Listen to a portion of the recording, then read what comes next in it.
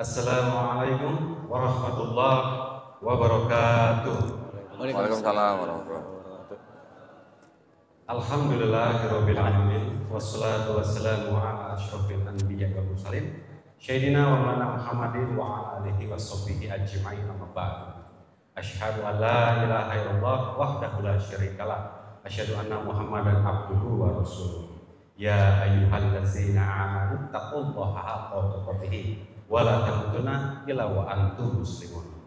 Alhamdulillah, pada kesempatan yang indah, pada kesempatan yang luar biasa ini, di sore hari ini yang bentar lagi kita akan berbuka sambil menunggu buka puasa. Alangkah baiknya kita mendengarkan ilmu dari guru-guru kita, dan alhamdulillah di sini sudah hadir Ustadz Ustadz Ahmad Asukma itu ya. Ada Ustadz Abu Didat Syihabuddin yang dari MUI Pusat. Kebetulan beliau ini menjabat sebagai ketua lembaga dakwah khusus di MUI. Assalamualaikum Ustadz. Waalaikumsalam warahmatullahi wabarakatuh. Alhamdulillah. Dan yang kedua nih, tentunya sudah tidak asing lagi yang sering kita lihat di YouTube dan TikTok juga banyak, sudah malang melintang. Alhamdulillah di sini sudah ada komunitas yang sudah mencapai 500.000 subscriber. Masya Allah. Alhamdulillah. Belum 1 juta. Belum 1 juta. Nanti itu. Dan ini dia ya, salah satu orang yang tidak terkenal, tidak pernah muncul di YouTube, tapi sudah mendapatkan 1 juta subscriber. Masya Allah. Ngaji cerdas. Ngaji cerdas. Tempatnya orang ngaji langsung cerdas. Masya Allah ya. Jadi alhamdulillah di sini kami sebagai disebutnya konten kreator kristologi. Kristologi itu ilmu yang mempelajari tentang satu agama yang disebutkan dalam Al-Quran. Nanti untuk lebih jelasnya kita langsung tanya saja ke salah satu guru kita, pakar kristologi di Indonesia. Nah, alhamdulillah Ustaz, ini langsung ke pertanyaan. Jadi kita akan langsung mulai. Bagi teman-teman yang mau merekam boleh, bagi yang mau punya akun TikTok boleh langsung streaming. Dan insya Allah kita di sini temanya adalah jangan hanya konten. Konten itu satu bahasa yang disebutkan teman-teman YouTuber dan juga TikToker itu konten. Jadi jangan asal konten atau jangan cuma konten. Nah ini Ustaz, langsung pertanyaan, dan saya sempat baca juga nih di era digital sekarang ini kan kita sudah sering dengar ada yang namanya istilah ini dakwah di medsos. Nah khususnya kalau kami ini bergerak di bidang kristologi, tentu dakwah ini kan tujuannya untuk mengajak atau agar orang-orang yang belum mengenal Islam ini atau orang yang sudah punya sebuah agama, dengan memeranginya kita memberikan pemahaman kepada mereka supaya tersampaikan gitu, baik yang muslim maupun yang kafir. Nah, tapi ada juga nih beberapa masjid yang jamaahnya juga menolak tentang kajian khusus kristologi ini. Nah, bagaimana menurut Ustadz Abu Didat nih memberikan pemahaman kepada saudara-saudara kita, baik yang muslim maupun yang kafir, supaya pikirannya nggak negatif gitu, supaya pemikirannya tuh karena ada statement juga yang mengatakan ngapain bahas agama orang.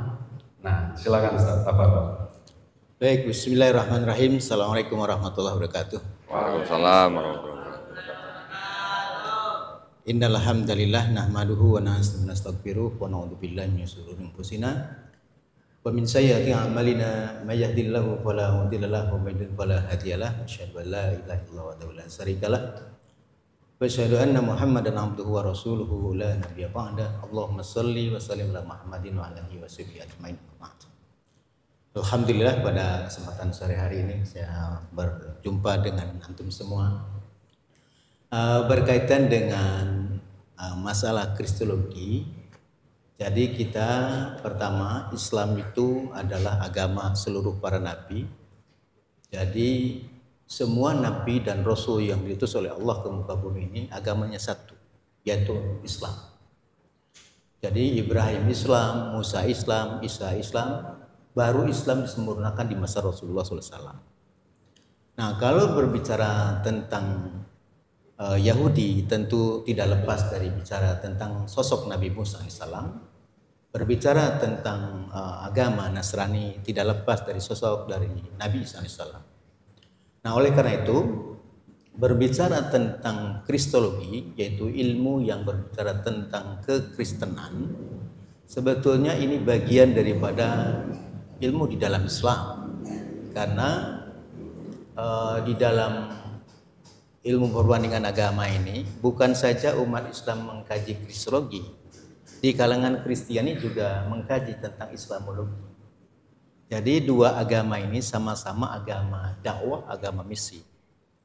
Kalaulah kita mengambil di Jakarta ini ada sekolah teologi namanya STT Apostolos.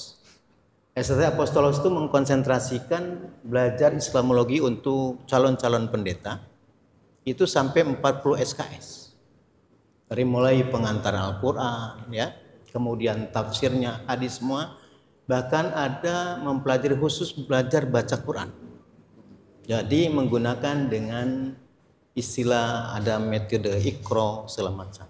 Nah, ini STT Apostolos. Untuk apa mereka mengkaji Islamologi? Tentu itu juga untuk kepentingan misi mereka ke kalangan Muslim. Karena prinsip di dalam kekristenan sendiri mengacu kepada Matius 10 ayat 16 dan 1 Korintus 20. Kalau kata Paulus, kalau ingin memenangkan orang Yahudi, aku harus seperti orang Yahudi supaya memenangkan orang Yahudi. Maka kalau ingin memenangkan orang Islam, tentu pendekatannya harus dengan pendekatan Islam. Makanya lahirlah STT Apostolos yang mengkonsentrasikan 40 SKS Islamologinya, ya. Nah itu, ya. Kemudian contoh yang kedua di Jakarta ada namanya ITK. Apa itu ITK? Institut Teologi Kalimatul yang dipimpin langsung oleh Dr. Josias Lengkong. Itu juga kenapa pakai nama ITK, Institut Kalimatul itu, ya. Ini pendekatan Islam. Oleh karena itu dia bikin buku Jihad Kristen. Bayangkan ada buku jihad Kristen. Sementara kita kalau bicara jihad takut juga gitu, ya. Ini pendeta bikin buku jihad Kristen. Jadi menginjili itu bagian daripada jihad di dalam agama mereka. Nah, di situ juga ada mata kuliahnya bahasa Arab 6 SKS, ya. Termasuk ada tentang tasawufnya diajarkan. Jadi kalau ada saudara kita yang Muslim mungkin alergi, ya, ketika kita ingin menyampaikan tentang kristologi, padahal di kalangan Kristen juga belajar Islamologi gitu. Nah, kalau di Bekasi ada namanya dulu STT Kiai Sadra. Nah, sekarang diganti namanya jadi SAT, Sekolah Alkitab Terampil dan Terpadu. Nah, di sini mensyaratkan baru bisa lulus dari lembaga ini harus bisa memenangkan minimal 5 orang saudara sepupu. Dari sini. Nah, jadi syarat dari SAT ini, Sekolah Alkitab Terampil Terpadu itu yang dulunya STT Kiai Sadra, itu mensyaratkan, mensyaratkan baru bisa lulus dari lembaga ini harus bisa menarik orang Islam ke dalam Kristen minimal 5 orang. Nah, sementara lembaga-lembaga Islam, ya kami kan di Muhammadiyah juga banyak sekolahnya tidak ada persyaratan lulus dari misalnya di UMJ harus bisa menarik non-Islam ke dalam Islam minimal 5 orang, nggak ada gitu, ya. Karena Islam itu memang agama yang mengajarkan kedamaian, agama yang toleran, dalam dakwah juga diatur. Jadi sekali lagi bahwa kristologi maupun Islamologi ini memang diajarkan di lembaga pendidikan Islam, khususnya di sekolah teologi juga ada di STT itu namanya Islamologi. Ada juga di lembaga-lembaga Islam juga belajar kristologi. Kami juga mengajar misalnya di studi Al-Hikmah kristologi. Untuk apa? Bukan untuk kita mau masuk Kristen, justru untuk mengenal sampai di mana ajaran Kristen itu, sehingga dengan memahami itu semakin toleran kita. Nah gitu ya. Jadi bukan untuk menghina, melecehkan. Nah kaitan dengan bagaimana kita dakwah di media sosial misalnya ya, di medsos itu tetap kita punya etika. Ya. Pertama tujuan kita adalah mengajak kembali ke jalan tauhid. Karena Yahudi maupun Nasrani ini dulunya berakidah tauhid. Ya, betul. Karena dalam perjalanannya banyak melakukan kebid'ahan, akhirnya menganggap Allah punya anak. Misalnya orang Yahudi mengatakan Uzair bin Allah, orang Nasrani mengatakan Al-Masih bin Allah. Kata Allah apa? Dijelaskan di surah At-Taubah ayat ke-30. Mereka mengikuti perkataan orang-orang kafir terdahulu, maka Allah melaknat mereka. Kenapa mereka bisa berpaling? Nah, oleh karena itu, kita umat Islam, para dai, para mubalik punya tugas bagaimana mengajak kembali ahlul kitab ini ke jalan tauhid. Dalilnya jelas, surat Al-Imran ayat 64. Qul ya ahlal kitab, ta'alau ila kalimatin sawa. Katakan kepada ahli kitab, marilah kalian kembali kepada kalimatun sawa, kalimat yang tidak ada perselisihan antara kami dan kamu. Kami yang muslim, kamu yang ahlul kitab, jangan mempersekutukan Allah. Indah Quranku. Kalimatnya, marilah kembali. Kenapa kembali? Karena dulu berakidah tauhid. Nah, makanya ada caranya. Dalam dakwah itu bagaimana diterangkan dalam surat An-Nahl ayat 125 itu, ya. Jadi metodenya pertama dengan bil hikmah, ya. Bil hikmah itu dengan hujah yang benar, dengan dalil yang benar, dengan pelajaran yang baik. Kalau berdialog dengan mereka dengan cara terbaik. Jadi kita di dalam dakwah lewat media sosial pun tetap dalam kerangkanya bukan ingin menghinakan mereka, bukan ingin melecehkan mereka, justru mereka kasihan. Bagaimana kita ajak kembali ke jalan tauhid. Nah, gitu kan? Sebagaimana Isa Al-Masih mengatakan. Betul. Kalau di dalam Quran surat 43 ya, Al-Jurub ayat 64, apa kata Isa Al-Masih? Innallaha huwa rabbi wa rabbukum fa'buduhu hatta siratul mustaqim. Apa kata Isa Al-Masih? Sesungguhnya Allah ini Tuhan saya dan Tuhan kalian, maka sembahlah Dia. Inilah jalan yang lurus. Jadi jalan lurus itu menyembah Allah, bukan menyembah Isa Al-Masih. Itu dalam Quran yang diabadikan tentang bagaimana Isa Al-Masih menyerukan kepada kaumnya. Nah, tentu apakah juga ada Isa Al-Masih mengajarkan demikian? Ada. Nah, kalau kita lihat di Markus 12:29, apa kata Yesus? Hukum yang terutama, dengarlah wahai orang Israel, Tuhan Allah kita, Tuhan itu Esa. Jadi sekali lagi, tentunya untuk khususnya kepada umat Islam, kita mengkaji kristologi ini dalam kerangka dakwah. Ya, dengan memahami kristologi ini, kita semakin tertanam toleransi kita. Karena kita semakin tahu dan semakin yakin terhadap kebenaran Islam ini. Kenapa? Pertama, bahwa seluruh para nabi itu mengajarkan tauhid. Yang kedua, dengan mengkaji kristologi, umat Islam akan makin paham bahwa Quran itu betul-betul satu-satunya firman Allah yang terjaga dan terpelihara. Ya kan? Nah, sementara kitab-kitab sebelumnya, apakah itu Taurat, Zabur, dan Injil itu, karena saya pernah ditanya begini Ustaz, ketika saya menyampaikan bahwa Al-Quran itu kitab yang terjaga dan terpelihara, karena ada pernyataan Allah dalam Quran sendiri di surat Al-Hijr ayat 9, inna nahnu nazzalna dzikra wa inna lahu lahafidun. Kami turunkan Al-Quran, kami juga yang menjaganya, yang meliharanya. Saya tempat ditanya sama seorang pendeta, Pak Robert Paul, Ustaz, apakah Tuhan Allah mampu menjaga Quran saja, lalu tak mampu menjaga kitab Taurat dan kitab Injil, kan begitu? Ya, saya jawab, karena kami yang Muslim percaya Quran itu karena ada pernyataan di Quran sendiri. Kami yang menurunkan kata Allah, kami juga menjaganya. Nah, bukti terjaga terpelihara itu banyak kaum muslimin yang hafal Quran 30 juz. Nah, saya balik bertanya, apakah ada pernyataan Allah di dalam kitab Taurat yang Anda imani? Kami turunkan kitab Taurat kepadamu wahai Musa, kami yang menjaganya, yang meliharanya. Mana ayatnya? Tidak ada. Nah, kemudian tentang kitab Injil, apakah ada pernyataan Allah di kitab Injil yang Anda imani? Kami turunkan kitab Injil kepadamu wahai Isa, kami yang menjaganya, yang meliharanya. Mana? Tidak ada. Lalu yang kedua kata saya, bukti Quran terjaga terpelihara, banyak kaum muslimin yang hafal Quran 30 juz. Umur 4 tahun hafal Quran 30 juz. Ada yang tunanetra hafal Quran 30 juz. Nah, sekarang pertanyaannya, apa ada di antara para pendeta yang hafal kitab Injilnya sendiri? Rasanya sampai kiamat takkan ada yang hafal. Nah, jadi disitulah barangkali jadi salah satu pentingnya ketika kita mengkaji kristologi ini, terutama bagi dai-dai gitu ya. Kan sering juga ditanyakan tentang poligami, Ustaz Dondi ya. Contohnya Islam itu membolehkan poligami. Umumnya dai-dai kita yang tidak paham tentang ajaran mereka, oh poligami itu hikmahnya begini-begini. Ya nggak usah bicara hikmah sebetulnya. Tanya saja, apa ada yang melarang poligami gitu kan? Nah, ternyata kan Nabi Ibrahim bukan satu istrinya, ya kan? Betul. Kemudian Yakub atau Israel punya istri 4.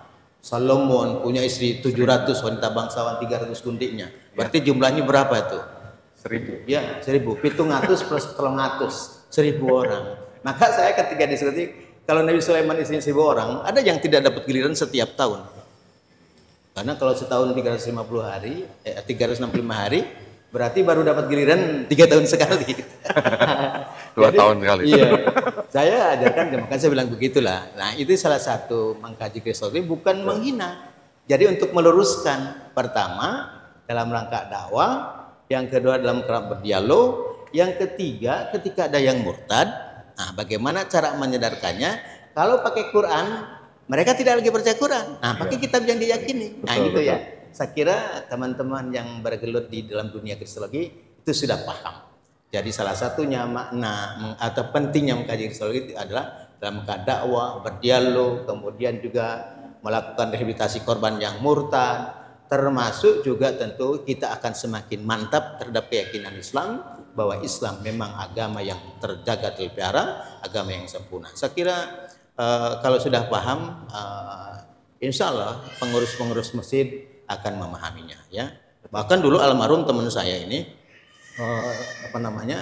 khotbah Jumat bawa Bible, kalau saya enggak bawa Bible ya. Nah, ini contoh saja ya. Nah, ini kan pengalaman Ahmad Didat. Itu Ahmad Didat ya. Kalau saya kan Bapak Didat ya. Jadi bapaknya Didat ya.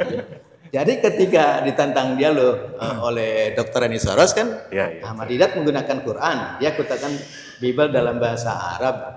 Kata Ahmad Didat, walaupun tulisannya sama-sama Arab, tidak bisa menggambar Quran. Tapi apa kata Soros? Tunggu, kami akan membuat Al-Quran yang asli. Maka selama 7 tahun dia bikin.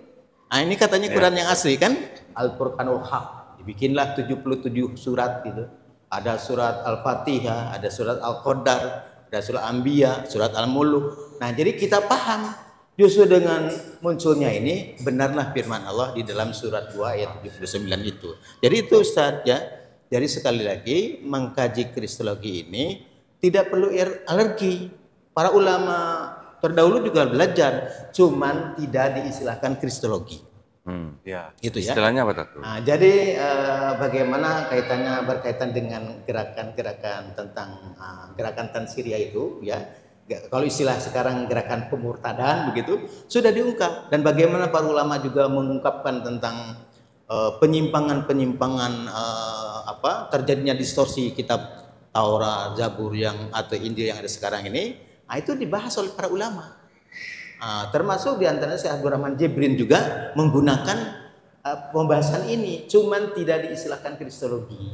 Kalau buat saya tidak terlalu penting istilah itu, tapi ulama-ulama salaf pun mengkaji ini. Makanya kalau ada sebagian dai kita, pokoknya belajar kristologi itu bid'ah gitu ya. Yang kalau pakai istilah kristologi memang tidak ada zaman Nabi. Nah, tapi ulama-ulama itu mengkaji tentang bagaimana penyimpangan Taurat, bagaimana penyimpangan kitab Injil gitu ya, setelah Nabi yang bersangkutan tidak ada. Dan itu bukan fitnah. Nah, ini pengalaman kami ya.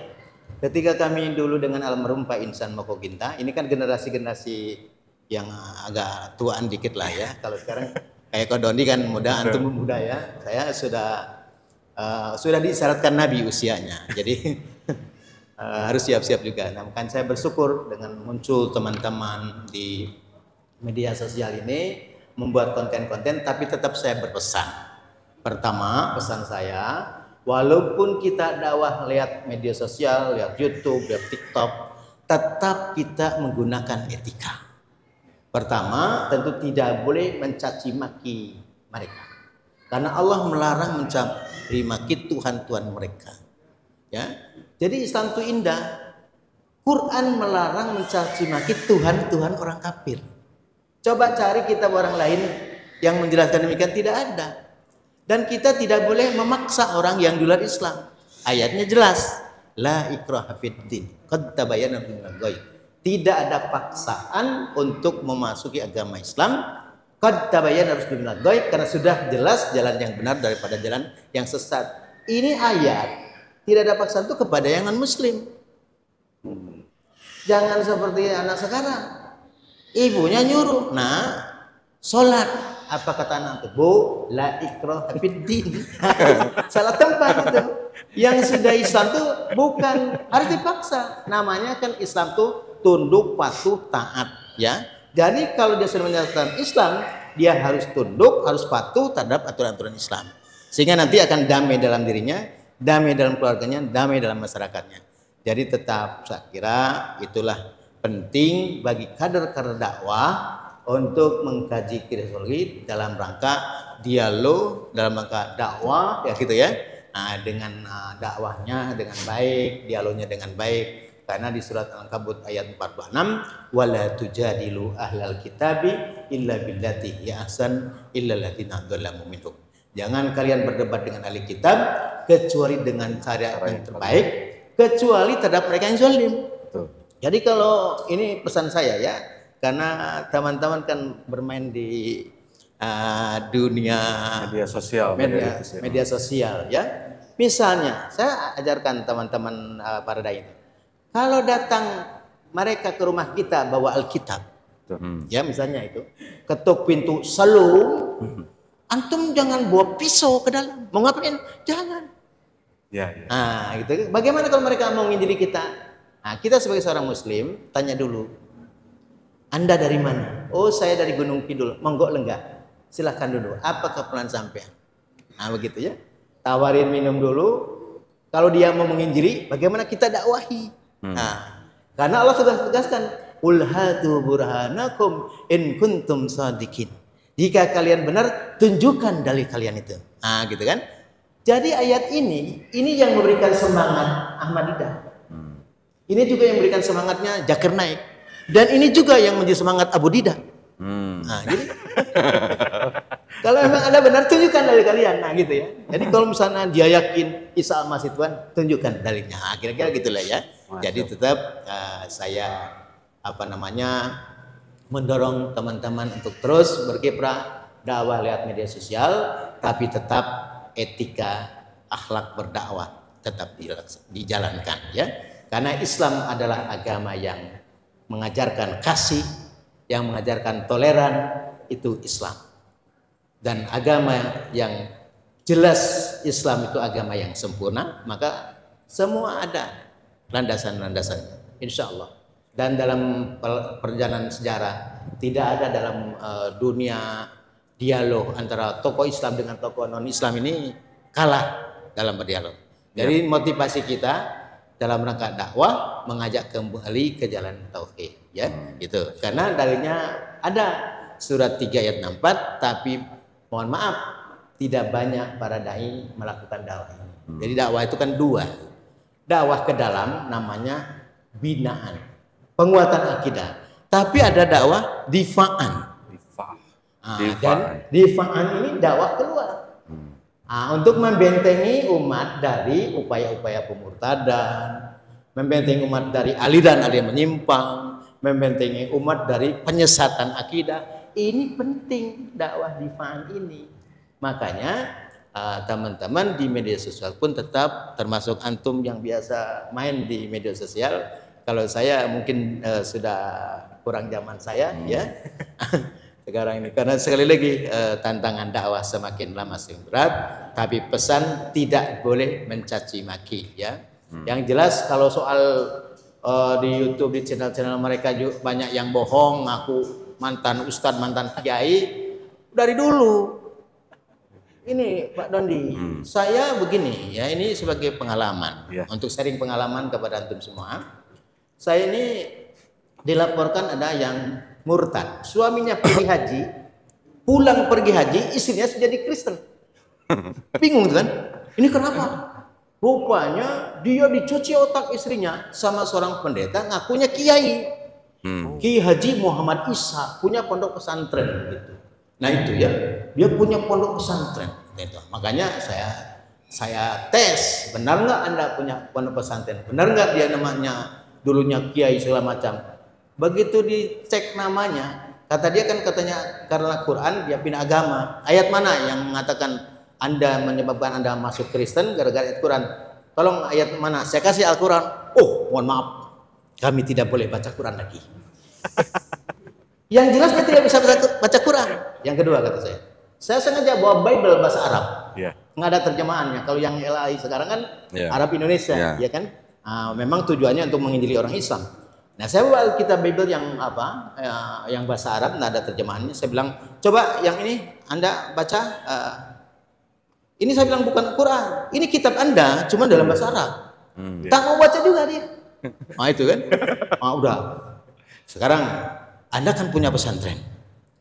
Apa nama pesantren? Mohon maaf. Nama pesantrennya panjang. Coba panjangnya seapa kata saya. Jelas itu ngibul itu. Pesantren di mana? Nah terakhir, coba lihat KTP Anda. Begitu dilihat KTP-nya, namanya Aji. Padahal namanya tadi Kiai Haji Muhammad Isa. Kiai Haji Muhammad Isa. Jadi nama Muhammad, nama Nabi Isa sekaligus Kiai Haji Muhammad Isa. Ternyata namanya Haji. Nah, jadi itu sudah biasa pengakuan mantan ustadz, mantan kiai itu bohong. Betul. Nah, jadi kami juga menyaksikan kesaksian-kesaksian di YouTube itu, di konten-konten mereka banyak yang bohong. Nah, oleh karena itu saya pesan, antum jangan menampilkan mualaf yang ngaku-ngaku. Kan ada juga mualaf ngaku mantan pastor. Begitu dites, ternyata tak paham. Ini ada yang ngaku mantan pastor. Saya bilang, kan Anda dulu mantan pastor. Di mana Anda belajarnya segala macam? Coba kata saya, ada nggak ayat di Alkitab itu yang menjadikan dasar untuk supaya orang non Kristiani ikut Kristiani. Nah, istilah amanat agung Yesus. Oh, ada. Di mana? Di Injil Elizabeth. Mana ada Injil Elizabeth? Nah, itu sudah ketahuan tuh. Ngibul ini orang ini ya. Nah, aku mantan pastor. Kan gitu ya, mantan pastor. Ternyata di Injil Elizabeth. Dari mana kata Injil Elizabeth? Nah, itu ya. Nah, itu banyak yang jadi kita juga mudah mengetes orang yang aku mantan pendeta, mantan pastor, kalau dia tidak tahu yang amanat agung Yesus itu, pasti bohong lah.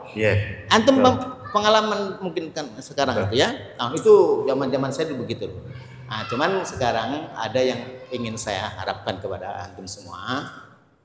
Ketika ada orang-orang yang mengaku mantan kiai, mantan ustadz, kemudian juga punya pondok pesantren, misalnya pengakuan itu, ditelusuri.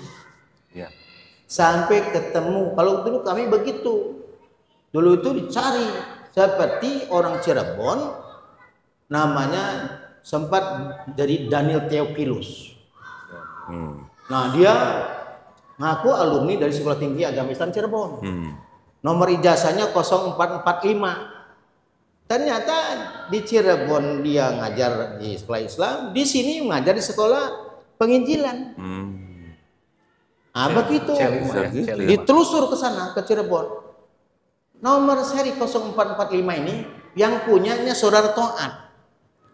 Itu namanya Danu Holil Dinata alias Daniel Theophilus. Jadi begitu kami lacak betul. Termasuk sekarang ada kesaksian yang pendeta Muhammad Joshua Yasin tuh, Yasin Joshua Yasin betul. Itu tuh anak jalanan, bukan alumni IAIN. Jalanan. Anak jalanan. Digarap oleh kelompok Christian Center Nehemia. Kelompoknya pendeta Suradi Ben Abraham itu diproklamasi yang sekarang samping kantor kami MUI. Di situ dulu pusat penginjilan. Pusat penginjilan, makanya muncul ada buku upacara ibadah haji, ibadah menyembah berhala. Kita sudah tahu ini siapa yang bikin. Jadi, kebetulan kan ada tim kita yang ikut di sana. Ada teman kita ini ikut di sana, jadi tahu persis kesaksian mereka pada ngomong. Jadi dibikin skenario-nya. Jadi nanti kamu ngaku mantan ustadz, ini mana gitu loh. Nah, jadi itu bohongan-bohongan itu. Nah, jadi kita jangan tertipu dengan yang namanya seperti itu. Nah, makanya saya berpesan sekali lagi, jangan menampilkan misalnya mualaf yang belum jelas. Karena jujur saja ada juga yang mualaf bermasalah. Ini pesan juga, yang kerjanya tiap kota masuk Islam. Ada Kan itu Ya. di Karawang disadatkan, sebulan kemudian di Bandung disadatkan lagi, ya. Di kota Malang disadatkan lagi. Yang seperti ini perlu kita bina. Jadi harus dibina. Ini perlu pembinaan. Binasakan. Ya. Kalau susah dibina, ya tinggal dibinasakan. Kalau istilah kodon tapi jangan dibina lah ya. Nah, sampai dia sadar gitu ya. Nah, seperti itu. Yang jelas ada juga yang seperti itu, tapi ini perlu dibina. Tapi ada juga yang disusupkan memang. Iya. Jadi ada juga mualaf yang disusupkan. Nah, seperti kasus di Bukit Tinggi gitu ya. Ini setelah masuk Islam itu rupanya punya tugas dia masuk ke masjid-masjid. Nah, tapi kita harus pandai bagaimana untuk mengetahui ini mualaf beneran atau mualaf gadungan ini. Nah, kan kita. Ternyata ada sudah tugas. Oh, Allah.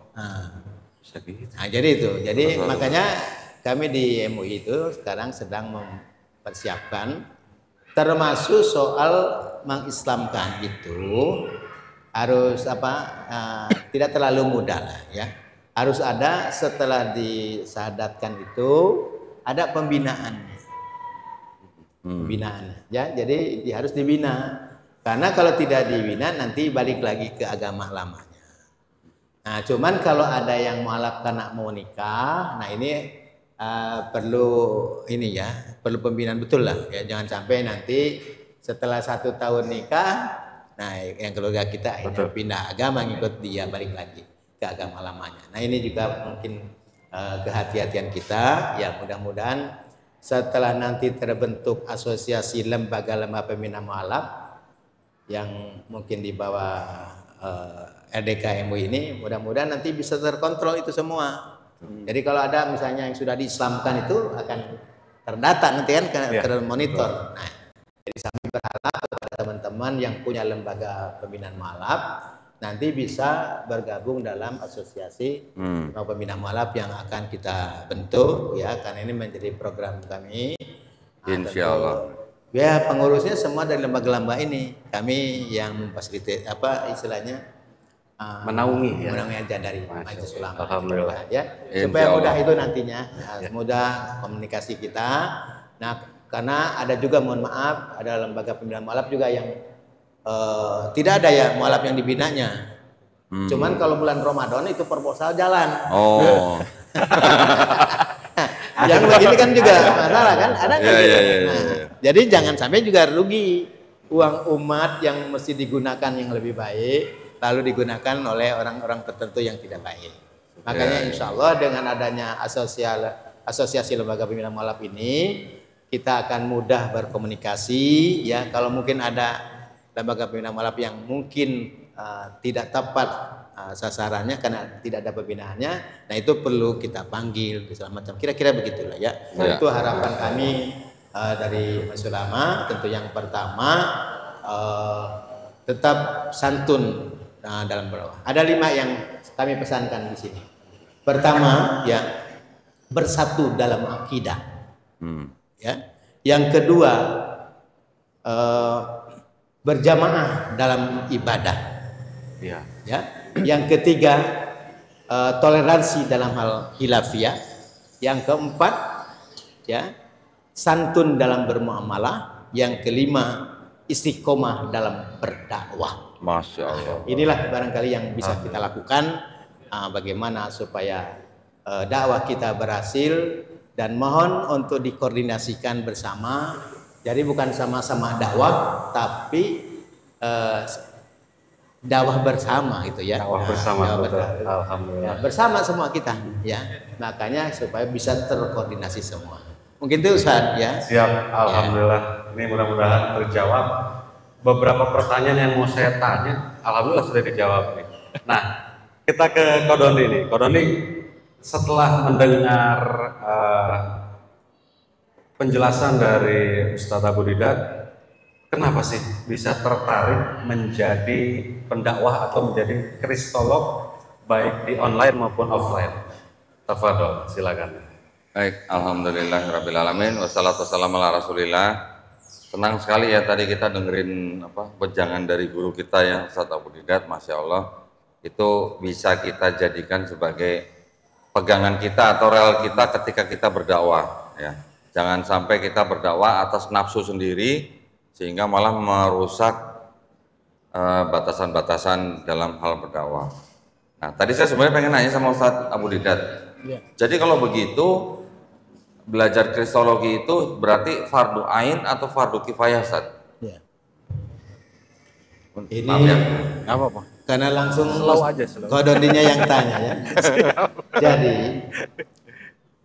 di dalam Islam ini harus ada sebagian segolongan umat ya yang melakukan dakwah. Dakwah dalam hal ini tentu dibagi-bagi lagi. Tentang kedokteran saja ada spesialisasinya. Tentu para ulama itu ada yang ahli fikih, ada ahli tafsir, ya, ada ahli hadis. Nah, harus ada juga yang namanya ahli di bidang perbandingan agamanya, ahli di bidang keyahudiannya, ya. Ada yang ahli di bidang kristologinya tentang kekristenan. Itu bagian daripada fardu kifayah ya itu. Fardu kifayah. Fardu kifayah. Tapi dakwahnya itu pada hakikatnya itu setiap muslim adalah pendakwah sesuai dengan kemampuannya. Yang mampu dengan ilmunya, yang mampu dengan ekonominya, yang punya pemikiran dengan pemikirannya. Jadi itu semua bisa dilakukan oleh semua kaum muslimin. Tapi hal-hal yang tertentu itu memang itu menjadi fardu kifayah, harus ada, ya, harus ada. Kalau tidak ada, kita dosa semua, ya. Karena kami juga sering itu dipersoalkan juga, buat apa katanya belajar itu? Betul. Quran juga belum dipelajari semuanya. Ini bagian daripada belajar Islam. Kan dalam Islam itu ada rukun iman, ya kan? Iman kepada Allah, iman kepada kitab-kitab Allah, ya, iman kepada para nabi. Nah, kalau bicara kepada kitab-kitab Allah, tentu juga bicara kepada kitab-kitab sebelum Quran ini, ya. Cuman Nabi memberikan batasan. Batasannya apa kata Nabi, Pak Dondi? Kalau datang kepada kalian kaum ahlul kitab, kata Nabi, jangan kalian benarkan seluruhnya, tapi juga jangan salahkan seluruhnya. Yang benar katakan benar, tentu yang salah harus diluruskan. Nah, tugas kita itu meluruskan. Nah, jadi ketika yang ada yang benar jangan disalahkan, harus dikatakan benar. Tapi kalau salah harus diluruskan.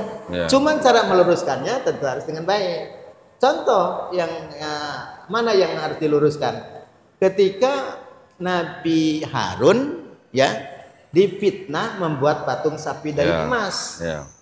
Nah, tentu kita jangan benarkan. Karena Quran menjelaskan yang membuat patung sapi dari emas itu Samiri. Maka Quran punya fungsi musaddiq, membenarkan kitab-kitab sebelumnya, tapi Quran punya makna selain membenarkan, membetulkan. Nah, membetulkan itu artinya meluruskan apa-apa yang terjadi penyimpangan.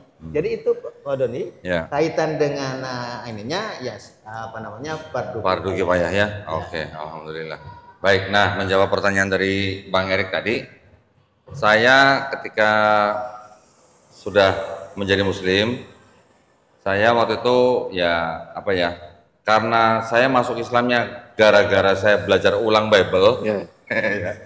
Jadi mau nggak mau kan, saya jadi lebih mengetahui Bible saya sendiri kan. Nah, terus waktu itu saya mau istilahnya bagaimana caranya mau ikut dakwah gitu kan.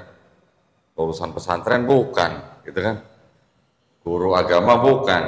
Istri waktu itu sarankan saya untuk menerjemahkan video-video debat yang ada di Inggris. Ya, ada sebuah taman di sana namanya Hyde Park, tamannya besar. Di satu sudut itu ada tempat namanya Speaker's Corner. Nah, saya waktu itu akhirnya bisa menjadi salah satu penerjemah tetap salah satu channel namanya SC Dakwah. Nah, setelah saya terjemahkan beberapa video, dia buatkan channel SC Dakwah Nusantara. Nah, kurang lebih 100 video saya terjemahkan, saya kasih subtitle Wah, itu ilmunya ternyata juga banyak di sana tuh ya. Karena yang bicara tuh di sana bukan cuma orang-orang jalanan gitu. Iya, iya. Ya, orang-orang akademisi, bahkan yang orang udah title-nya bejibun gitu, bicara di situ. Mau orang ateis, mau orang Islam, mau orang Kristen, mau orang Sikh, mau orang Syiah, ngumpul semua di situ. Jadi wawasan kita memang banyak terbuka di sana. Alhamdulillah. Jadi setelah saya menerjemahkan sekian banyak video di sana, baru saya diperkenalkan dengan Yayasan Pembina Mualaf At-Tauhid yang berpusat di Surabaya. Ya, berbekal itu, karena ketika saya baru masuk ke Yayasan Pembina Mualaf At-Tauhid itu, saya langsung disuruh kasih kajian. Iya, iya. Ingat ya? Nah, ketika baru masuk langsung diminta untuk kasih kajian, ya sudah berdasarkan apa yang saya tahu saja gitu lah ya. Lama-lama akhirnya saya malah diberikan amanah untuk menjadi ketua litbang.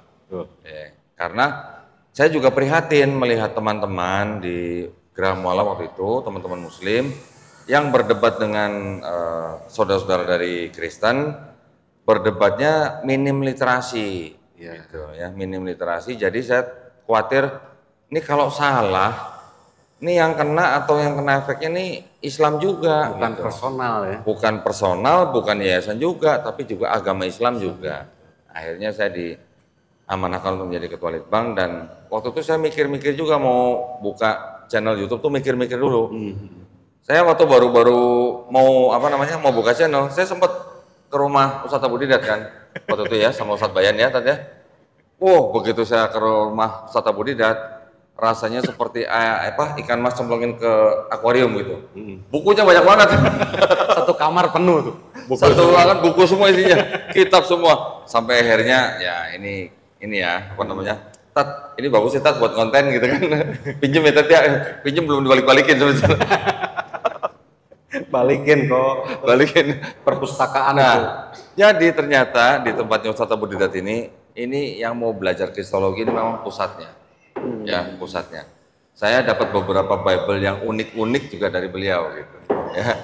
Yang bisa saya pakai untuk apa? Akhirnya untuk menjadi bukti ketika kita berdialog. Karena ternyata walaupun kita hidup di zaman digital, ya, tetapi ketika kita harus membuktikan sesuatu kepada pihak lawan bicara kita, memang rasanya beda kalau kita hanya membuktikan lewat handphone begini, sama membuktikan lewat fisik begini, itu beda rasanya. Iya, iya. Jadi ketika saya berkunjung pertama kali ke rumah Ustadz Abu Didat, saya jadi bilang dalam diri saya sendiri, saya mau ikutin jejak beliau gitu. Masya Allah. Jadi jejak beliau ini kan karena selalu menunjukkan barang-barang bukti fisik, ya udah sekarang jadi saya ikutin jejak beliau. Jadi kalau saya debat dengan pendeta kemana-mana saya bawa Bible 2 koper. Iya, saya pernah angkut kopernya tuh. Gila, udah kayak mau keluar negeri. Iya, kalah yang mau keluar negeri juga. Pendetanya debat sama saya cuman bawa 1 Bible, saya bawa 2 koper. Nah, itu dia. Karena apa? Karena saya ingin membuktikan kepada pendeta itu, juga kepada yang nonton, bahwa di dalam Bible mereka sudah terjadi perubahan, sudah ada kesalahan, sudah ada kontradiksi. Antar bahasa pun juga bisa kelihatan, mudah sekali jadinya gitu ya. Nah itulah ilmu yang saya dapat dari Ustadz Abu Didat, banyak juga ilmu yang saya dapat dari beliau ini mengenai Islam dan Quran. Ya, jadi kita juga enak mengombinasikan gitu. Ketika kita menerima tamu, belum lama saat saya menerima tamu Ahwat kemarin tuh yang pakai hijab merah gitu, namanya Keisha tuh di depan tuh. Nah, tuh langsung nengok tuh. Nah, saya sekarang sering hampir tiap hari menerima tamu, baik yang dari kalangan Islam maupun yang dari kalangan Nasrani. Ya, ada yang hanya diskusi aja, ada yang konsultasi, ada yang sampai hari bersyahadat, ada yang tidak. Semua saya terima, ya. Semua tamu saya terima dengan baik. Saya layanin bagaimana kita memuliakan tamu, dia mau syahadat mau tidak itu urusan Allah Subhanahu wa taala. Alhamdulillah, jadi dari dakwah-dakwah yang kita lakukan itu karena kita bisa mengombinasikan gitu ya. Karena kalau kita menghadapi saudara kita yang Kristen, belum sudah kita tampilkan Quran, seperti tadi kata Ustaz Abu Didat kan, mereka belum mengimani. Saya nggak mau baca lagi. Apalagi saya udah nggak boleh baca lagi gitu ya. Jadi apa yang kita lakukan? Kita menggunakan kitab mereka. Betul. Bahwa di dalam kitab mereka pun masih ada sisa-sisa kebenaran yang berkesesuaian dengan Al-Quran kita. Nanti ketika pikiran mereka sudah terbuka, akal mereka sudah terbuka, logika mereka sudah terbuka, baru kita kuatkan lagi dengan Al-Quran, gitu ya. Jadi motivasi pertama saya untuk membuka channel itu ya semata-mata hanya lillahi ta'ala. Saya juga dulu sempat berpikir beberapa kali, karena apa Tat? Customer saya masih Kristen semua. Kalau saya buka channel, nanti gimana? Mikir duniawi, gitu ya. Tetapi akhirnya apa? Kalau kita mikir duniawi, nah kita malah nanti dipandang sebelah mata kan sama yang di atas kan Tat? Akhirnya saya nekat buka channel, udah lillahi ta'ala aja. Mau dapat proyek, nggak dapat proyek, lillahi ta'ala. Alhamdulillah sampai sekarang kita bisa lihat hasilnya, gitu ya. Barakallah, silakan. Luar biasa. Kak Dondi, saya masih ingat ketika Kak Dondi bikin YouTube channel tuh dari Aceh Dakwah cuma 10.000. Saya duluan nih, saya setahun bikin channel masih 50.000, Kak Dondi 10.000. Tiba-tiba beberapa bulan kemudian udah 100.000. Saya baru 100.000 di situ. Ini apa sih rahasianya? Nah ternyata rahasianya nanti akan dikasih tahu oleh Kang Asep dari Ngaji Cerdas, karena saya ingin merasakan gimana sih rahasianya bisa nyampe 1 juta subscriber. Terus ketika mencapai 1 juta subscriber itu apa isi-isi dari konten itu yang kita tahu nih, kalau ada satu konten dakwah Islam nih, ketika kan 1 juta subscriber ini satu prestasi yang luar biasa gitu. Ketika mendapatkan itu, iklan ini tentu banyak yang masuk nih. Contoh, misalnya ketika Kang Asep ini menampilkan mualaf-mualaf yang Masya Allah ada di sini sekarang, ada di tengah-tengah kita para mualafnya. Tiba-tiba muncul iklan pinjol, muncul iklan judi online. Lah, ini orang yang mungkin yang awam ketika melihat, lah kok isi mualaf tapi kok nampilin iklan judi online nih. Ini gimana nih siasat dari Kang Asep, khususnya channel Ngaji Cerdas, supaya dicontoh sama teman-teman di YouTube lainnya, memfilterisasi sama mensiasati agar iklan itu tidak sembarangan masuk. Dan rahasianya yang tadi, yang pertama dijawab rahasia mendapatkan 1 juta subscriber. Yang kedua, gimana caranya supaya iklan judi online tidak muncul di YouTube kita. Tafadhol, silakan. Masya Allah, borongan pertanyaannya. Bismillah. 2 biji. Mohon izin Pak Kiai. Bismillahirrahmanirrahim. Assalamualaikum warahmatullahi wabarakatuh. Waalaikumsalam warahmatullahi wabarakatuh. Yang pertama tadi bagaimana rasanya gitu ya? Rasanya 1 juta. Dari awal cerita dulu atau langsung? Dari awal boleh, pertengahan, akhir. Jadi supaya para jamaah di sini tahu bahwa Ngaji Cerdas itu adalah singkatan sebenarnya. Qadarullah, dulu saya domisilinya di Kalideres. Dan di Kalideres itu kita punya komunitas kajian anak-anak muda. Karena pada hari ini ngumpulin anak-anak muda ngaji itu agak sulit ya. Kalau tidak ada daya tariknya, makanya kita adakan futsal. Kita adakan dialog-dialog yang memang masih relevan dengan pembahasan anak-anak muda gitu ya. Maka kita bikin namanya Ngaji Cerdas, Ngaji Cengkareng Kalideres. Kan nyambung ya? Jadi Cengkareng Kalideres. Ya. Jadi Ngaji Cengkareng Kalideres 2 kecamatan Ustaz. Jadi Cengkareng dan Kalideres, anak-anak mudanya dari situ, kita di satu tempat, kita bikin kajian. Kita dari tahun 2013, 2014, 2015, maka saya melihat ternyata dakwah di sosial media ini cukup efektif begitu. Dulu saya sebelum di YouTube, saya itu di Twitter. Jadi pakai 114 karakter ya kalau dulu ya. Kita bikin quote-quote. Anak-anak muda kan suka tuh kayak gitu. Jadi kamu bikin channel yang galau-galau ya, kamu yang bikin channel tentang nasihat untuk orang tua ya. Jadi saya mengkoordinir ceritanya. Nah setelah itu Twitter trennya agak turun, kita pindah ke Facebook. Ke Facebook kita bikin akun-akun yang sesuai kategorinya. Facebook trennya ternyata turun nih, kemana lagi? Ke Instagram waktu itu. Maka dulu ada Fitgram namanya, Fitgram, video Instagram. Bikinnya itu kalau nggak salah 60 detik ya, harus dipadatkan. Bikin, ternyata trennya berubah lagi.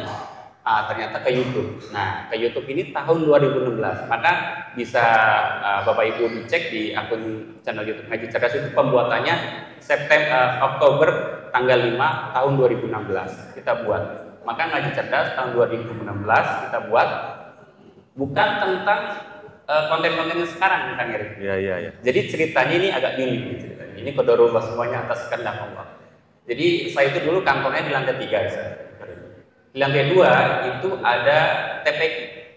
Di lantai 1-nya itu musola. Karena di satu komplek ini tidak ada fasum, tidak ada masjid ya. Jadi kantor kita sediakan untuk orang-orang perkantoran di situ untuk sholat. Kita bikin musola. Nah waktu itu saya mau bikin konten ceritanya lagi ada ketegangan Irak dengan Iran. Karena kan saya bilang dakwah ini bagus nih untuk di sosial media kan. Akhirnya kita coba buat konten untuk bagaimana sih pendapatnya gitu ya, hubungan politiknya seperti apa, dampaknya seperti apa untuk umat Islam di sini gitu ya. Saya panggil lah narasumbernya yang memang kompeten dan MC-nya saya panggil. Qadarullah sampai jam 2 itu nggak pada datang. Nggak pada datang. Nah akhirnya di sebelah saya itu ada bapak-bapak keturunan Chinese juga, ya Pak Cahya namanya. Mudah-mudahan beliau nonton, insya Allah.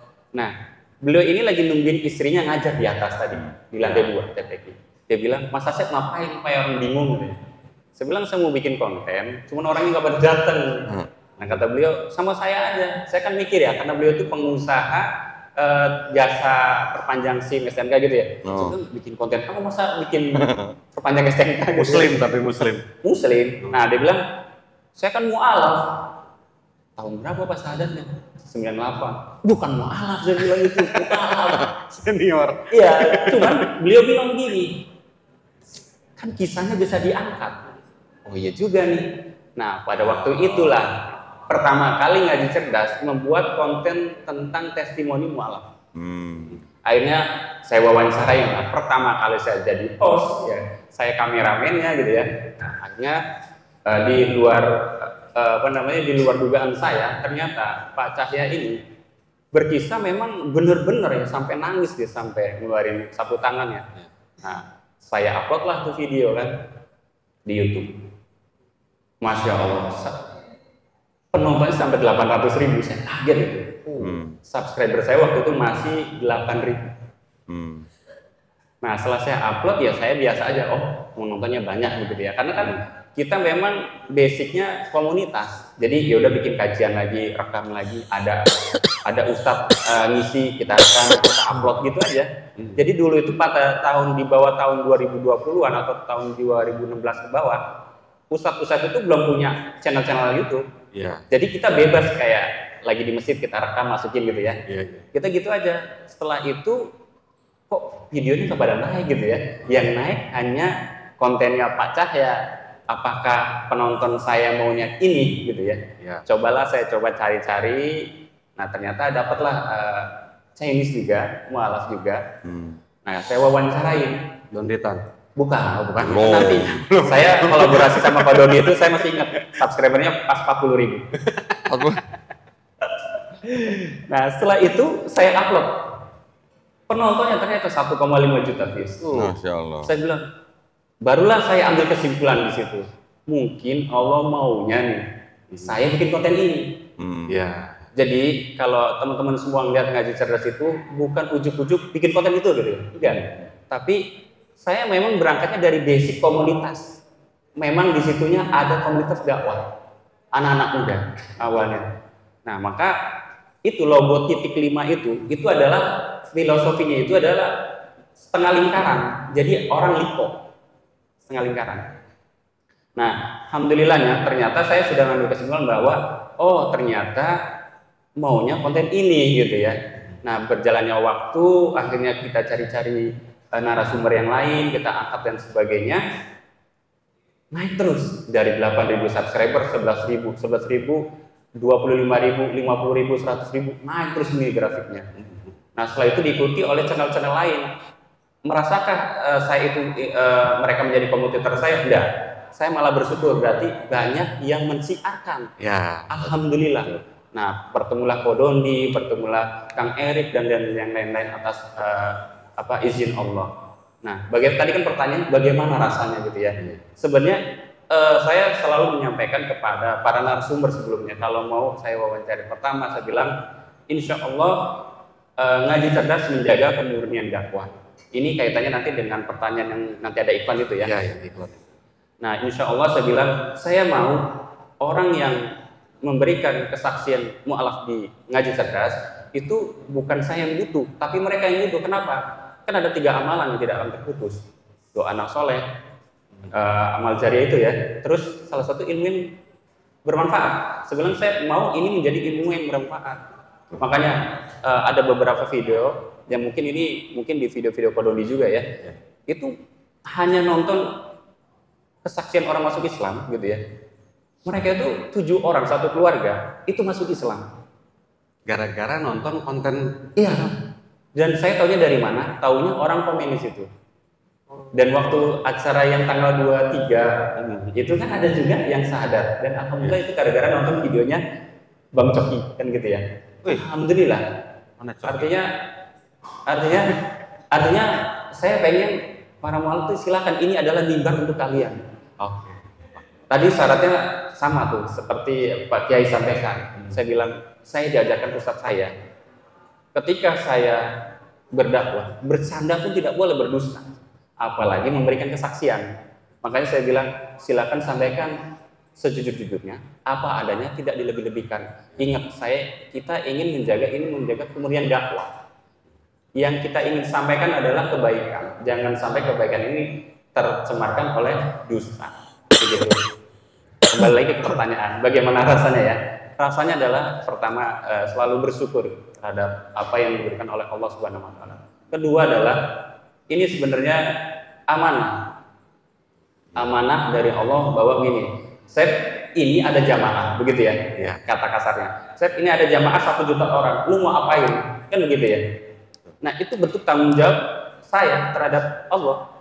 Nah, hujah saya kepada Allah adalah insya Allah ini akan menjadi kebaikan. Maka konten-konten di ngaji cerdas insya Allah akan menjadi konten-konten yang bermanfaat dan insya Allah mencerdaskan umat bagi mereka yang mau berpikir. Amin. Terus pertanyaan kedua, iklan tadi ya. Iklan. Nah, iya tadi. Berkaitan dengan iklan-iklan ini, YouTube itu selalu update setiap tahun, bahkan mungkin setiap, ya nggak bisa diprediksi, tapi setiap tahun biasanya YouTube itu update. Jadi di bawah tahun 2018 dulu orang kalau bikin channel YouTube baru misalkan ya, terus ada iklannya, alhamdulillah udah dapat duit gitu ya, kayak ibu sekarang yang Facebook Pro gitu. Jadi alhamdulillah gitu, berarti sudah terdaftar AdSense-nya begitu kan ya. Iya. Nah dulu harus daftar dulu ya. Tahun 2018 ke atas, YouTube bikin peraturan bahwa mau channel YouTube yang sudah didaftarkan AdSense ataupun belum, maka iklannya akan muncul, begitu ya. Jadi maupun dia sudah dimonetisasi ataupun belum, iklan tetap muncul, begitu ya. Nah sialnya bagi orang-orang atau channel admin-admin atau channel-channel besar yang tidak dikaitkan akunnya ditautkan dengan AdSense atau dimonetisasi, berarti dia tidak bisa memfilter iklan itu. Jadi bayangkan, iklan itu muncul, itu akan interest dengan algoritma kita gitu, dengan penontonnya, dengan kontennya juga, bisa juga jadi dari penontonnya juga. Misal begini ya, misal saya memberikan kesaksian. Saya dulu sebelum masuk Islam pemabuk, pezina, terus tawuran, perang, semuanya kata-kata itu kan. Kan YouTube itu kan akan menyasar gitu ya, iklan apa yang akan muncul gitu ya. Nah kalau dia ngomongnya mabuk, minuman keras, kira-kira yang muncul iklannya apa? Obat kuat, wine, orang tua kan gitu ya. Nah kalau dia misalnya dulu saya suka seks bebas sebelum masuk Islam. Nah munculnya iklannya kondom, kan nggak lucu, konten dakwah tapi munculnya iklan itu. Terus dulu saya juga riba gini, iklan pinjol semua masuk. Nih saya kasih tahu, iklan-iklan yang seperti itu, iklan perbankan, itu CPM-nya kalau yang di sini ngerti YouTube ya, itu besar. Jadi iklan video kita tuh dihargai per 1000 views berapa? Yang paling besar itu perbankan, otomotif, travel, dan yang lainnya gitu ya. Nah kalau konten Islam Itu nggak ada uangnya. Denny Sumargo dengan Pras Teguh itu bahas di channelnya, jual konten agama tidak ada uang. Itu betul, tidak ada. Paling muncul iklan tuh, Pak, di sini tidak ada air, Pak, gitu kan? Ya. Iklannya wakaf saluran air, filantropi yang muncul, bener nggak? Sering kan kita lagi nonton channelnya Kodonditan gitu ya, live sampai sahur gitu kan, iklannya donasi lagi gitu ya, nggak jadi dari itu gitu ya. Nah gitu, jadi bagaimana cara memfilternya? Nah, walaupun kita konten Islam, maka saya bilang beberapa bulan yang lalu saya mengumpulkan media-media dari filantropi di daerah Ciracas, saya kumpulkan. Saya anggap mereka itu teman semua, walaupun kontennya sama kayak saya. Saya senang, kenapa? Bukan saya sendiri yang mengangkat kisah-kisah ini gitu loh, tapi teman-teman yang lain juga mengangkat. Artinya dakwah kita amal jamaah gitu, bareng-bareng. Silakan.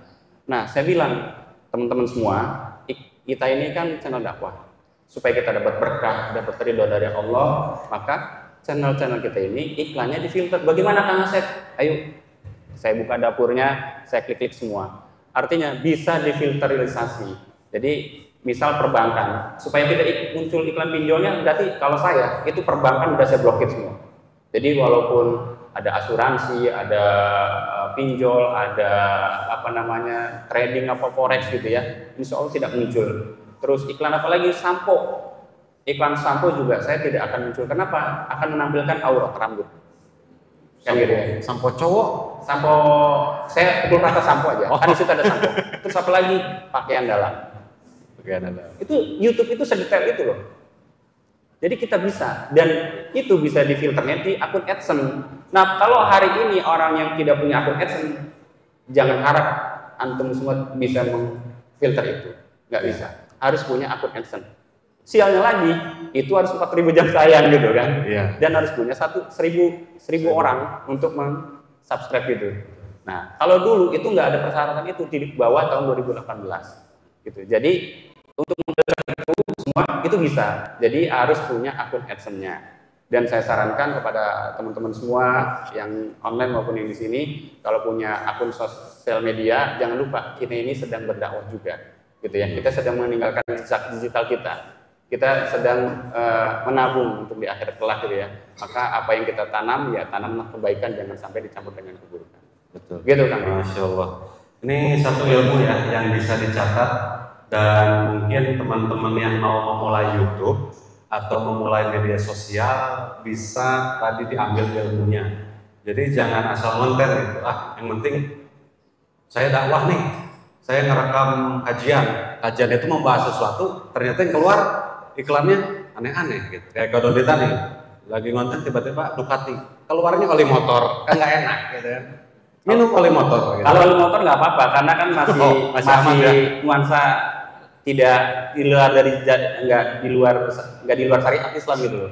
Masih menilai enak banget. Kadang ada juga yang iklan motor tiba-tiba buka helm, rambutnya digini-gini. Cewek.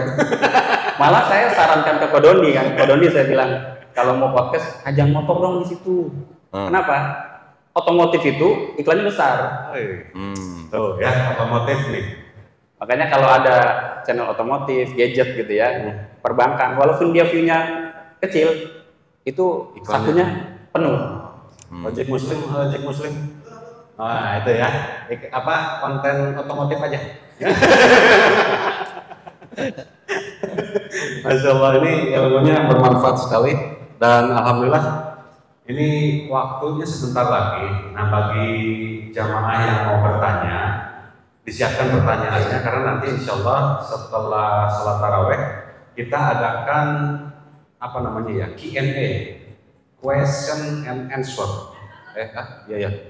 Question and answer. Jadi Anda bertanya, kami menjawab. Jadi untuk jamaah yang mau bertanya, siapkan pertanyaannya, nanti kita akan jawab di acara setelah taraweh, insya Allah. Nah ini sebenarnya pertanyaannya banyak nih, ini bisa teman-teman lihat.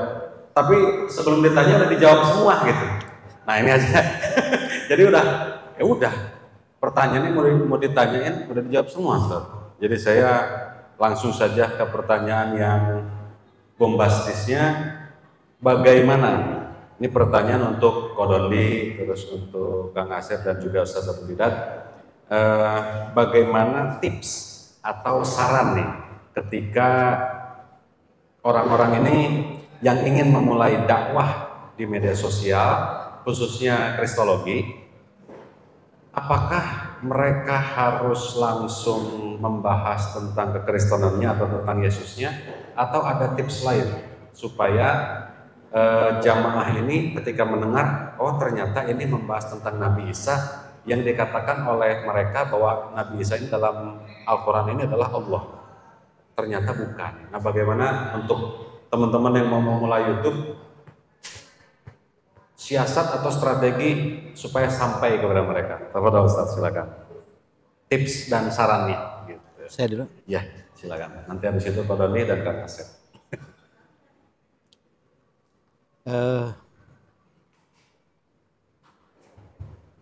Baik ya, mungkin tadi kaitannya bagaimana tips kita di dalam menyampaikan dakwah, terutama dakwah-dakwah bagi para pemula yang lewat konten-konten YouTube. Tentu berangkat daripada pandangan Islam terlebih dahulu. Pertama, bisa masuk misalnya dari sosok Ibrahim. Karena Nabi Ibrahim ini sosok Nabi yang diimani oleh 3 agama. Itu diimani oleh umat Yahudi sebagai bapa bangsa-bangsa, diimani oleh umat Nasrani sebagai bapak orang yang beriman. Kita umat Islam mengakui Ibrahim sebagai bapak para nabi. Nah, ternyata Nabi Ibrahim itu selalu mewasiatkan kepada anak dan keturunannya. Tentu masuk dulu dari ayat Quran dulu ininya, dari pandangan Islam terlebih dahulu, supaya jelas permasalahannya. Nah, masuk dari misalnya wasiat Nabi Ibrahim kepada anak dan keturunannya, termasuk wasiat dari Yakub. Nah, Yakub ini yang dikenal dengan nama Israel. Nah, jadi bacakan dulu misalnya surat Al-Baqarah ayat 132. Wasobiha Ibrahim bani wa Yakub ya baniya innallaha astafa lakumud din fala tamutunna illa wa antum muslimun. Nah, dari sinilah berangkat terlebih dahulu. Ya. Karena sosok Nabi Ibrahim diimani oleh ketiga agama ini. Baru tentu dari mulai punya istri Sarah, kemudian sudah lanjut usia kan Sarah belum punya keturunan, Ibrahim ingin punya keturunan untuk melanjutkan risalah tauhid. Di mana Sarah inilah menawarkan kan kepada suaminya untuk menikahi seorang wanita yang bernama Hagar, yang dalam Islam namanya Siti Hajar. Nah, ini jadi dari situ mulai masuk ya, dari mulai masuk bahwa Ibrahim itu menyampaikan wasiat ke anak keturunannya tentang Islam. Jadi kalau Ibrahim Islam, Ismail Islam, Ishak Islam, Yakub Islam, Musa Islam, Isa Islam, baru Muhammad sallallahu alaihi wasallam juga Islam yang sempurna di masa Rasulullah SAW. Nah, satu itu dulu masuknya, baru masuk tentang apa ciri Islam, akidah Islam, mengajarkan akidah tauhid. Nah, bagaimana masuk dulu tentang akidah tauhid ini yang paling penting dulu, ya, karena persoalan perbedaan kita dengan khususnya dengan Kristen tentang sosok Isa Al-Masih itu soal masalah tauhid, ya kan? Kita meyakini Isa sebagai nabi dan rasul kepada Bani Israel, sementara mereka tidak sekedar nabi dan rasul, tapi juga sebagai putra Tuhan, bahkan sudah jadi Tuhan itu sendiri. Nah, jadi masuklah dari pembahasan ini. Tentu kalau yang sama dia sebagai rasul, sebagai utusan Tuhan, sebagai hamba Allah, sebagai manusia, sama, tidak perlu dibahas. Yang berbeda tentu dalam istilah Isa sebagai anak Allah, Isa sebagai Tuhan, itulah yang dibahas. Apakah ada pernyataan di dalam Alkitab Bible sendiri misalnya Yesus mengajarkan dirinya Tuhan? Ternyata tidak ada. Nah, baru buktikan. Jadi tidak mencaci maki. Yang tidak boleh itu begini. Kita tidak boleh mencaci maki penghinaan misalnya. Kenapa katanya Tuhannya orang Kristen tidak mau di ruangan ber-AC? Karena kedinginan. Itu tidak boleh. Tapi kalau menjelaskan bahwa Isa Al-Masih itu adalah seorang Nabi Allah, seorang utusan Allah, itu boleh. Nah, misalnya mengutip dalil-dalilnya di dalam Al-Quran, dalilnya dalam Bible sendiri, tidak apa-apa. Nah, itu dilindungi undang-undang itu, ya. Yang tidak boleh itu tadi ada unsur menghina, melecehkan, tidak boleh. Dan kalau ada unsur penghinaan pelecehan, orang tidak akan tertarik, malah jadi benci sama Islam. Jadi kita tunjukkan bahwa Islam itu agama yang mengajarkan kedamaian, keselamatan, ya. Kan selalu misalnya, Islam tuh agama yang tidak kasih, kan gitu ya. Nabi Muhammad juga tidak menjamin keselamatan, nabinya saja di Islam tuh minta didoakan. Ya. Allahumma sholli ala Muhammad, tuh Muhammad tuh minta didoakan kepada umatnya. Bagaimana menyelamatkan umatnya? Kan gitu ya. Nah, barulah dijelaskan bagaimana sosok Isa dalam Quran, bagaimana sosok Isa dalam kitab Bible sendiri. Ternyata kan banyak kesamaan. Nah, jadi dari situ diarahkannya masuk dulu, ya, dari mulai sosok Nabi Ibrahim keturunannya sampai kepada Yakub, nah terus sampai kepada Nabi Musa, Nabi Isa, sampai kepada Nabi Muhammad SAW. Jadi itu untuk pertama kali menurut hemat kami, jelaskan dulu. Tadi pertama landasan ayat Quran dulu dalam pandangan Islam, bahwa kita ini wajib mengimani kepada Nabi Musa, kepada Nabi Isa. Nah, kalau orang Islam tidak percaya kepada Nabi Musa, kita kufur, murtad. Karena itu bagian daripada iman kita. Kita wajib mengimani kepada Nabi Isa. Kalau orang Islam tidak iman kepada Nabi Isa, kita murtad, keluar dari Islam. Karena itu bagian daripada rukun iman. Nah, gitu ya. Tetapi sekali lagi sosok Isa sebagai Nabi. Nah, Quran memberitahukan, Quran menjelaskan bahwa kalau mempertuhankan Isa dinyatakan telah kafir dan haram untuk masuk surga. Itu tidak ada masalah. Karena itu memang jelas, gitu ya. Jadi yang tidak boleh tentu kita membuat ini sendiri kita, ada dasarnya. Betul. Jadi dasar-dasar dalilnya, kalau tadi Pak Doni juga menyampaikan, menjadi penting referensi ini, gitu kan. Jadi tidak asbun, jangan kayak Robert Paul Walean. Di Quran itu katanya ada Isa itu Tuhan, mana adanya? Tuh suratnya ada, surat An-Nas. Di situ ada kata Robbinas, Rob itu Tuhan, Anas itu manusia. Siapa Tuhan yang jadi manusia? Itulah Isa Al-Masih. Saya pernah dengar itu. Ya, masa Robbinas Tuhan yang manusia? Makanya menghadapi Robert Walean pada saat itu, Pak Robert ini bukan ahli tafsir Quran, tapi ahli pemelintaran Quran. Pak Robert, tadi kata Anda, Robbinas katanya Tuhan yang jadi manusia. Coba sekarang Pak Robert, anjing Robert dengan Robert anjing sama nggak? Itu Mas Eri. Ini dengan Robert pada saat itu.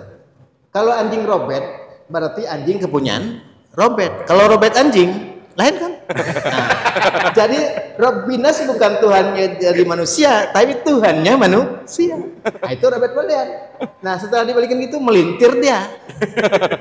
Itu makanya bikin buku dia, kebenaran yang terungkap dari Al-Quran. Di atasnya pakai bismillah kan? Di bawahnya pakai lambang salib. Lalu di lambung itu apakah ada Tuhan yang jadi manusia? Ada. Tuh surat An-Nas. Robbinas. Nah, jadi jangan seperti begitu maksud saya. Dakwah kita itu tunjukkan yang benar. Jangan nafsirin sendiri, gitu ya. Karena sebetulnya ayat-ayat yang ada di dalam kitab mereka sendiri tidak perlu ditafsirin sama kita. Marah mereka. Ya, nggak boleh ditafsirin. Misalnya, coba Lukas 6 ayat 12. Kata Yesus, selama-lama aku pergi ke bukit dan berdoa kepada Allah. Jadi ketika ada Maimunah yang murtad, kan saya tanya, Maimunah, dulu Anda waktu Islam berdoa pada siapa? Pada Allah, Pak. Nah, coba lihat Lukas 6 ayat 12. Yesus berdoa kepada Allah. Berarti Yesus punya Tuhan. Tuhannya siapa? Allah. Nah, jadi saya tunjukkan ayat-ayat ini. Kalau anak-anak saya ketika menangani orang-orang yang sempat murtad itu udah paham anak saya. Nah, sebentar lagi bakal nangis itu, ya. Akhirnya bersadat lagi. Masya Allah. Ya, apalagi kalau dia murtad karena punya pertemanan dengan teman-teman Kristen yang laki-laki yang Kristen itu. Kadang-kadang setelah putus, tolong Pak Ustadz carikan penggantinya. Nah, ini yang repot. Nah, mungkin Mas Erik siap tuh, ya. Gitu, saya cukup satu aja. Nah, alhamdulillah dari Kodonti nih, ketika ingin memulai satu konten YouTube, tips dan sarannya untuk memulai YouTube dakwah nih seperti apa? Baik, bismillah. Tips yang paling utama ketika kita mau memulai dakwah lewat YouTube, yang utama dan terutama adalah lillahi ta'ala. Ya, pertama. Kalau kita memulai dakwah kita lewat YouTube tapi niatnya bukan karena lillahi ta'ala, insya Allah tidak akan. Ya. Nah, itu yang pertama. Jadi awal juga memang saya ingin mendedikasikan apa yang saya tahu untuk berdakwah. Kalau tadi Ustaz Abu Didat bilang kita bisa berdakwah dengan ilmu kita, dengan pikiran kita, dengan tubuh kita, dengan ekonomi kita, dengan usia kita. Nah, itu yang kita lakukan. Ya, jadi pada waktu pertama kali saya buka channel ini memang saya ingin apa? Saya kan sudah mengamati nih guru-guru yang sudah saya tonton ya. Mic-nya kurang ke atas. Oh, kurang kata. Kalau kesini agak menggema soalnya, jadi takutnya apa? Nggak apa-apa, kedengeran insyaallah. Jelas ya. Saya kan sebelum masuk Islam juga sudah mengamati guru-guru kita, dai-dai kita yang berdebat dengan kaum Kristen kan. Ustaz Abu Didat, Ustaz Nababan, almarhum Ustaz Ihsan Mogoginta, Ustazah Irena Handono, Masya Allah semua kan kita sudah tahu lah ya kiprahnya ya. Yang di luar negeri kita tahu ada almarhum Syekh Ahmed Didat, ada Dr. Zakir Naik, Masya Allah semua. Nah, ketika saya mau mulai ke dalam kristologi itu, saya juga kepengen kan seperti mereka-mereka nih. Gitu. Cuman yang saya perhatikan dari semuanya itu, yang paling banyak diperdebatkan ini kan masalah teologi. Ya, teologi itu artinya keyakinan Yesus Tuhan atau bukan, karena memang sosok ini yang paling kontroversi di antara Kristen dan Islam. Dan saya juga kan belajar banyak dari Ustaz Abu Didat. Saya dikasih nasihat, jangan sekali-sekali menafsirkan kitab suci orang. Kan gitu. Kita cukup membacakan saja gitu. Nanti orang yang baca juga tahu ini maksudnya apa kan gitu pasti. Nah, jadi ketika saya dapat kitab Pamungkas dari beliau yang kertasnya warna merah itu, wah demen banget ya, senang sekali jadi saya akhirnya dakwah saya di bidang kristologi itu, di kristologi juga nanti ada cabang-cabangnya lagi nanti ada teologi, ada sejarah, ada kritik teks. Nah, saya kok lebih suka mempelajari atau memperkuat di sejarah dan kritik teksnya. Teologi oke, teologi kita harus kuasai ya, karena kalau kita tidak menguasai kristologi kita percuma belajar kristologi. Tetapi kristologinya jangan kita tonjolkan, tapi yang kita tonjolkan adalah ini menurut saya ini ya, kritik teksnya. Ya, kritik teksnya. Ketika saya bisa membuktikan bahwa di dalam kitab mereka ada ayat yang tidak asli, nah, gimana?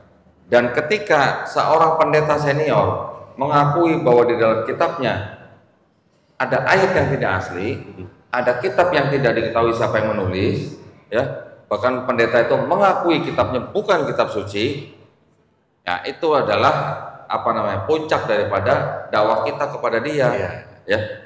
Terserah atau terlepas daripada pendeta itu mau masuk Islam atau tidak, itu bukan target kita, ya. Jadi kalau yang tadi saya katakan niat pertama adalah lillahi ta'ala, yang kedua saya tidak pernah berniat untuk memualafkan siapa-siapa, saya tidak pernah berniat untuk mensadatkan siapa-siapa. Siapapun yang menonton video saya mendapatkan hidayah itu karena Allah Subhanahu wa taala, bukan karena saya. Betul. Ya. Jalannya. Ya, menjadi jalan oke, kita senang. Tetapi saya tidak pernah punya niat untuk memualafkan siapa-siapa. Nabi aja nggak bisa kan mensyahadatkan pamannya, apalagi kita. Jadi yang pertama lillahi ta'ala, kedua kita niat hanya ya untuk memang berdakwah, bukan untuk memualafkan siapa-siapa. Karena kalau kita berniat memualafkan seseorang atau mensyahadatkan seseorang, nanti kalau hasilnya nggak sesuai dengan harapan kita, gimana? Iya. Nah, ya kan? Jadi lebih baik semuanya kita serahkan pada Allah Subhanahu wa taala. Karena di Quran juga jelas hidayah hanya milik Allah Subhanahu wa taala. Allah Subhanahu wa taala kalau mau menjadikan semua umat manusia muslim kan gampang. Iya kan? Kenapa tidak? Nah, itulah tempat kita untuk berdakwah. Karena ayat itulah kita makanya harus berdakwah. Nah, jadi ketika saya memulai YouTube itu memang awal-awalnya memang saya ingin membagikan ilmu apa yang saya tahu dengan jalan yang saya pikir efektif, jangan jalan kritik teks, juga saling berbagi lah pengalaman. Sama seperti tadi kalau Kang Asep bilang ternyata konten yang mualaf malah yang ditunggu-tunggu orang gitu kan. Itu memang penting karena apa? Karena memang itu menjadi hal yang baru buat muslim-muslim yang lahir dari keluarga muslim. Nah, kalau tujuan saya podcast dengan mualaf yang lain, mungkin sudut pandangnya sedikit beda dengan Kang Asep. Kalau Kang Asep sebagai muslim dari lahir, saya sebagai kristolog, saya ketika podcast dengan seorang mualaf, ketika ada berhubungan dengan teologi, ketika berhubungan dengan ayat-ayat yang atau teks, saya bisa masuk ke dalamnya gitu. Ya. Kalau Kang Asep kan, ya karena dia dari sisi apa istilahnya, sisi muslim turunan gitu kan. Yang di podcast muslim tanyakan gitu katanya. Jadi kalau saya sambil podcast dengan mualaf, biasanya saya sisipkan ilmu-ilmu kristologi di dalamnya. Itu saja yang saya bisa sampaikan kalau di dalam kiprah dakwah di dalam YouTube. Karena setiap channel itu harus punya warna, harus punya warna sendiri gitu ya. Warna itu penting gitu.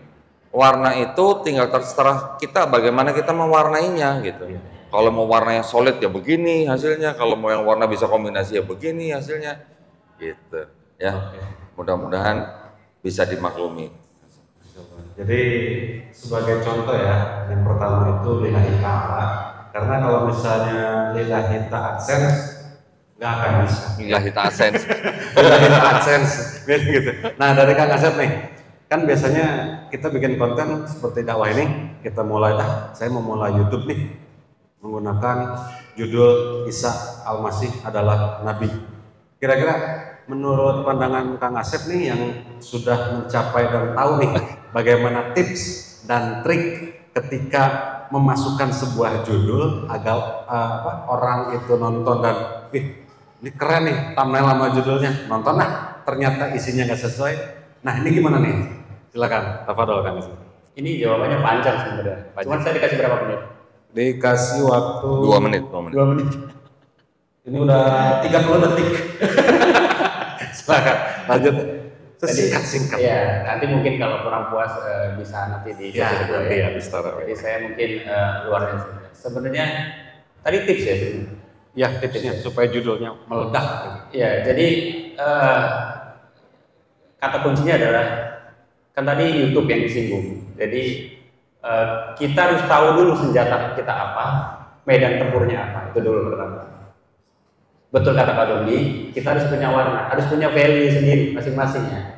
Saya sama Pak Doni betul beda. Kalau saya lebih ke sisi kayak jurnalis gitu, jadi lebih mengangkat bagaimana kisahnya seperti apa dan sebagainya. Kalau Pak Doni lebih dia real time, tanya jawab dan sebagainya, bahkan sering live dan sebagainya gitu ya. Nah kalau ngaji cerdas lebih ke sisi seperti berita gitu ya, diangkat kisahnya. Nah tipsnya adalah bagaimana kita bisa memahami audiens kita dulu. Pertama. Kedua, konten kita baik belum tentu baik menurut kita. Ya. Jadi, ini udah bagus nih kontennya. Kontennya udah bagus dan sebagainya dari sisi videonya, dari sisi dari kameranya. Itu belum tentu bagus menurut penonton. Ya. Benar nggak? Sekarang saya tanya ke para jamaah. Kalau nonton videonya Pak Doni, kira-kira yang dilihat alat kameranya, pesannya, atau apanya? Kan pesannya kan, isinya kan, bukan alat-alatnya. Makanya kalau teman-teman sekarang berjamaah mau memulai dakwah melalui sosial media, jangan mikirin alat. Tadi 2, mikirin amunisi kita apa, konsepnya seperti apa, dan bagaimana kita memahami lapangannya, audiens kita. Jadi tipsnya adalah orang Indonesia itu dengan orang di luar sana yang seperti Ko Doni terjemahkan konten-kontennya, itu cara berpikir mungkin beda kok ya. Makanya kalau ada speak corner di Indonesia belum seseru nggak boleh dan belum boleh. Ya walaupun misalkan boleh, nggak mungkin seseru kayak di sana kan. Nah kenapa? Kita harus bisa memahami, kita mau buat kontennya, kita harus bisa memahami penonton kita maunya apa. Pertama maunya penonton apa, kedua maunya YouTube apa. Maunya YouTube itu adalah pertama konten video original, bukan re-upload. Silakan aja enggak apa-apa, kayak Ko Doni Masya Allah ya, silakan re-upload, yang penting tidak mengubah hal-hal yang tidak semestinya. Itu bagus Insya Allah. Cuma ada sisi lain, teman-teman tidak menghargai karya, Betul. tidak menghargai kerja keras yang lain gitu ya. Jadi pahami penonton. Kedua, ikuti rule-nya YouTube. YouTube maunya apa? Kontennya ori. Kedua, ikuti semua apa yang pedoman komunitasnya. Jadi jangan kaget suatu saat kok channel saya hilang. Bisa jadi kategori teroris gitu ya. Nah kan saya bahas mualaf, ya makanya baca gitu. Terus kok tiba-tiba dolarnya kuning gitu ya, sering ya? Dolar kuning gitu. Kadang dolar dicoret. Iya, sering ya. Jadi paham kan sekarang kenapa? Nah gitu. Jadi tipsnya adalah pertama seperti yang baru disampaikan ya, luruskan niat dulu bahwa kita jangan lupa untuk berdakwah. Kalau niatnya selain untuk dakwah hanya untuk saya mau cari penghasilan di YouTube, dari sekarang mendingan berhenti. Mendingan ambil pacul ke sawah, ambil gerobak jualan. Itu udah benar-benar nyata. Bahasa yang 1 juta subscriber begini. Iya, saya di awal memang kan berangkatnya dari komunitas kan. Iya. Jadi niatnya karena Allah dulu, kedua pahami audiens, dan kedua pahami diri sendiri sih. Gitu. Betul. Karena insya Allah kalau bonus mah nyusul ya.